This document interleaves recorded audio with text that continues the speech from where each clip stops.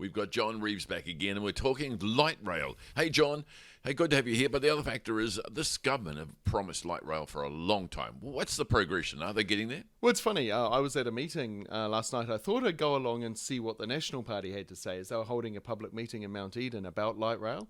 And it was an interesting point to note. Simeon Brown said, look at that.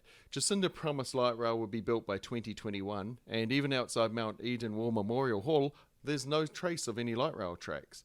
So, no, nothing's really happened, but a lot of money and time is being spent on it, but nothing's actually happening.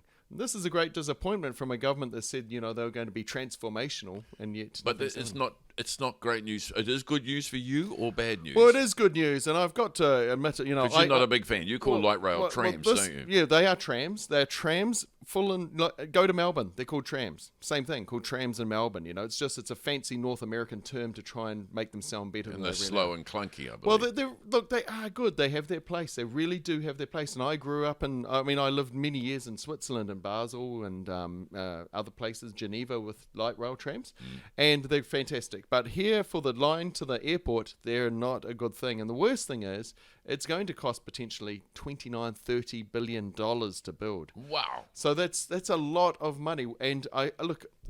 I'm not all with National Party, and obviously, but I did like the points where they said, what are the opportunity costs? What else could we build for public transport or for rail or for anything in New Zealand for $29 or $30 billion?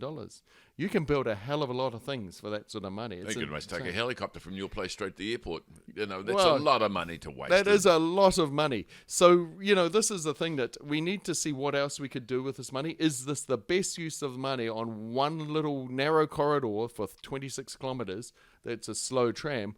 Or could we do a lot of other things? John, I recall us talking about this. John Wood, who's the minister, and Michael Wood, sorry.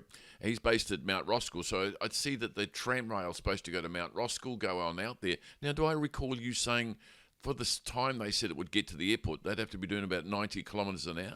Yeah, in which fact, is just impossible. Yeah. No, it's actually even faster than 90 k's an hour. You'd be travelling at 100 k's an hour, not even counting for the times to stop. So people will have to jump on and off at 100 k's an hour. Now, I think people may die. It's never going to happen. No.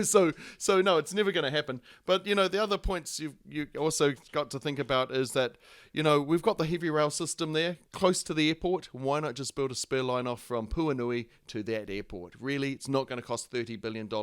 Auckland gets what it needs. Plus, you can catch trains to Waikato, Rotorua, potentially, if that's rebuilt, and to Tauranga.